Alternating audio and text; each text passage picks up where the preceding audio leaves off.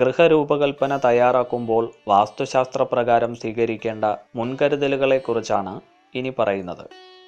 ഭൂമിയുടെ ദീർഘവിസ്താരങ്ങളെയും വഴിയുടെ ദിശയെയും കണക്കിലെടുത്ത ശേഷമാണ് ഗൃഹത്തിൻ്റെ പ്ലാൻ രൂപകൽപ്പന ചെയ്യേണ്ടത്. ഗൃഹം പണിയാനുദ്ദേശിക്കുന്ന ഭൂമിയുടെ അതിർത്തികൾ കൃത്യം കിഴക്ക് പടിഞ്ഞാറും തെക്ക് വടക്കുമാണോ എന്ന് ആദ്യം പരിശോധിക്കേണ്ടതുണ്ട്.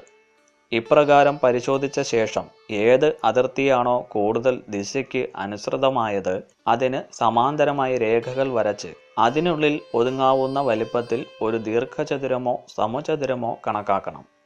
ഇപ്രകാരം കണക്കാക്കി ദീർഘചതുരത്തിൻ്റെയോ സമചതുരത്തിൻ്റെയോ ഉള്ളിൽ അതിൻ്റെ പിശാചവീതി 4 വശത്തും ഒഴിച്ചിട്ട് വേണം പണിയാനുദ്ദേശിക്കുന്ന ഗൃഹത്തിൻ്റെ ദീർഘവിസ്താരത്തെ നിശ്ചയിക്കാൻ.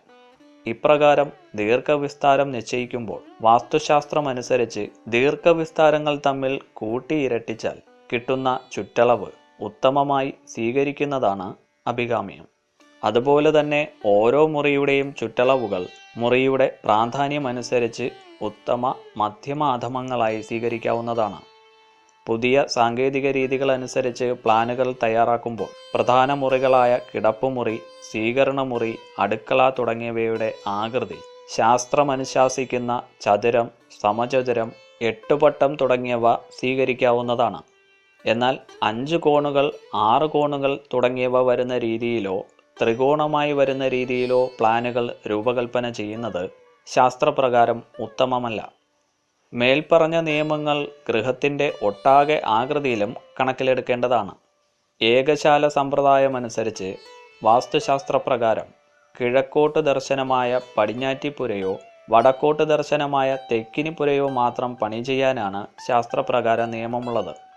അതുകൊണ്ട് തന്നെ പടിഞ്ഞാറ് വശം റോഡുള്ള പടിഞ്ഞാറോട്ട് മുഖമായി പണി ചെയ്യുന്ന ഗൃഹത്തിൻ്റെ ദർശനം ശാസ്ത്രപ്രകാരം കണക്കാക്കേണ്ടത് കിഴക്കോട്ട് തന്നെയാണ്.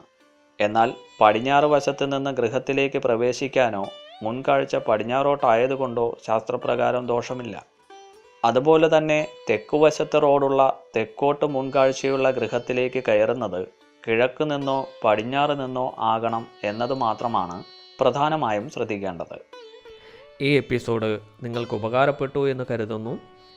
നിങ്ങളുടെ വിലയേറിയ നിർദ്ദേശങ്ങൾ കമൻറ്റ് ചെയ്യുക, ലൈക്ക് ചെയ്യുക, മറ്റുള്ളവരിലേക്ക് ഷെയർ ചെയ്യുക.